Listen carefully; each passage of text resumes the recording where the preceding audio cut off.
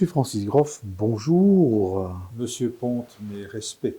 Oh, je me sens très honoré. Nous sommes là pour parler d'un cadavre que vous avez encore semé. Et cette fois-ci, Charleroi, Namur, cela ne vous suffit plus. Où êtes-vous allé commettre votre larcin? Alors cette fois-ci, ça se passe à Cointe. Cointe, c'est un plateau très arboré, c'est un très très bel endroit. Ça se passe sur le plateau de Cointe qui se trouve très exactement au-dessus de la gare des Guillemins. Donc on n'est pas loin du centre, mais on est totalement dans une ambiance totalement différente. Alors, Cointe est un endroit qui est recherché par des gens qu'on appelle les urbexeurs, c'est-à-dire des gens qui pratiquent l'exploration urbaine. C'est un sport à la mode maintenant qui, en 2 mots, consiste à s'introduire de manière clandestine dans des habitations, des institutions, etc., privées et fermées, mais qui sont à l'abandon.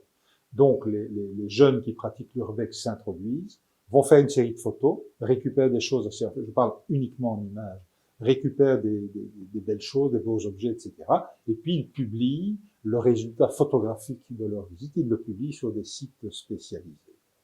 Et donc ici, on a 2 jeunes gens qui viennent de faire connaissance et qui décident de s'introduire lors d'une opération urbex dans les bâtiments de l'ancien observatoire de Cointe, qui est un bâtiment à l'abandon, mais qui est magnifique, presque mythique, parce que c'est là que se trouvait comment dirais-je, la société astronomique liégeoise qui a fait énormément de travaux et qui dépendait, et qui dépend toujours, de l'université de Liège. Et donc, ces 2 jeunes gens qui pratiquent l'urbex s'introduisent dans les combles de l'Observatoire de Liège. Un incident se présente, le jeune garçon chute, il passe à travers un plancher, et ce faisant, il met au jour, il fait apparaître le corps, le cadavre d'une femme d'une 40aine d'années, totalement dénudée, et ce cadavre a la particularité de ne pas avoir de tête, le corps a été décapité. Ce cadavre, il va arriver comment dans le petit jeu de Stanislas Barberian? Qu'est-ce qu'il fiche à Liège? Alors, la particularité de cette 5e aventure, c'est que le personnage principal, que je pense vous connaissez maintenant, Stanislas Barberian, qui est bouquiniste, est arrivé de Paris pour un petit séjour à Liège. On lui a demandé d'écrire une histoire de la guillotine. Et il a choisi de venir à Liège parce que Liège est une des seules villes de Belgique, Bruges et Liège, qui possèdent encore une guillotine. Donc on se trouve face à cette coïncidence tout à fait étonnante. Stanislas est à Liège pour travailler sur la guillotine, et en même temps, on trouve à Liège, à quelques kilomètres de là, le corps décapité d'une malheureuse qui a été assassinée. Vous connaissez Stanislas, il n'a pas les yeux en poche, tout de suite il se dit, enfin cette coïncidence est tout à fait extraordinaire, il décide de se mêler à l'enquête, et pour ce fait, il ne va pas le faire frontalement, parce que vous connaissez ces relations parfois un peu ennuyeuses ou disons chaotiques avec les flics.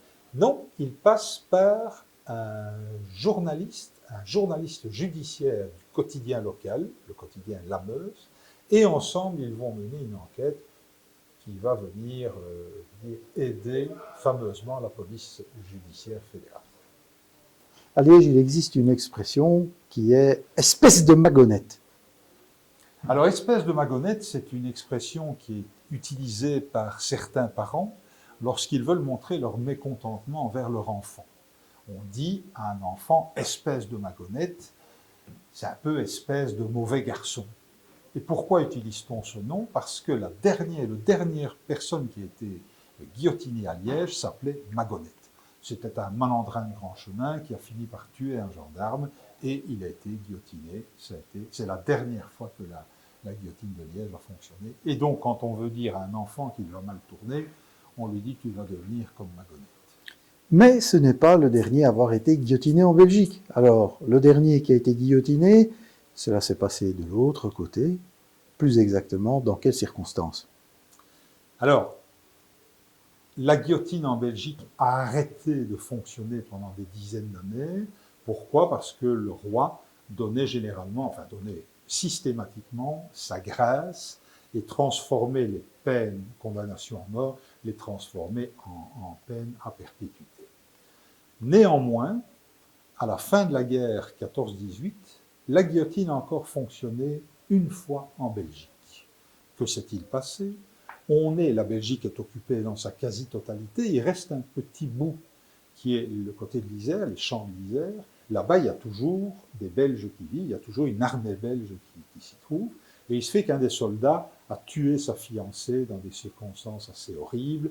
Il avait engrossé cette jeune servante, qui était une fille de peu, comme on disait. Et comme il avait envie de mener une aventure plus confortable avec une bourgeoise de l'endroit, eh bien, pour ne pas être dénoncé, il a tué cette servante, il a tué sa maîtresse. L'affaire a fait tellement de bruit que finalement, on a décidé de ne pas commuer sa peine en perpétuité et l'armée a décidé de le faire exécuter. Le problème est que la seule guillotine qui fonctionnait, enfin qui se trouvait en Belgique, était à Liège, et on n'a pas pu évidemment traverser le pays occupé par les Allemands pour procéder à cette guillotine. Et donc pour exécuter ce soldat flamand qui était dans son petit bout d'Isère, on a fait appel à Monsieur de Paris, c'est-à-dire le guillotineur en chef de la ville de Paris, qui avec son équipage est venu un jour, ou plutôt une nuit d'ailleurs, il est venu et le lendemain il a guillotiné ce soldat flamand. Francis, un tout grand merci, mais avant ça, des nouvelles pour le prochain? Alors, pour répondre à votre question à laquelle je m'attendais, je vais vous apporter la réponse traditionnelle. Le prochain livre va sortir au mois de mai, c'est-à-dire dans un an, mai-juin, mais je suis malheureusement tenu de ne pas vous dire où il va se passer. À croire qu'on vous torture pour que vous gardiez le silence. J'ai quand même du mal à le croire. Ceci dit, dans quel endroit magnifique sommes-nous ici?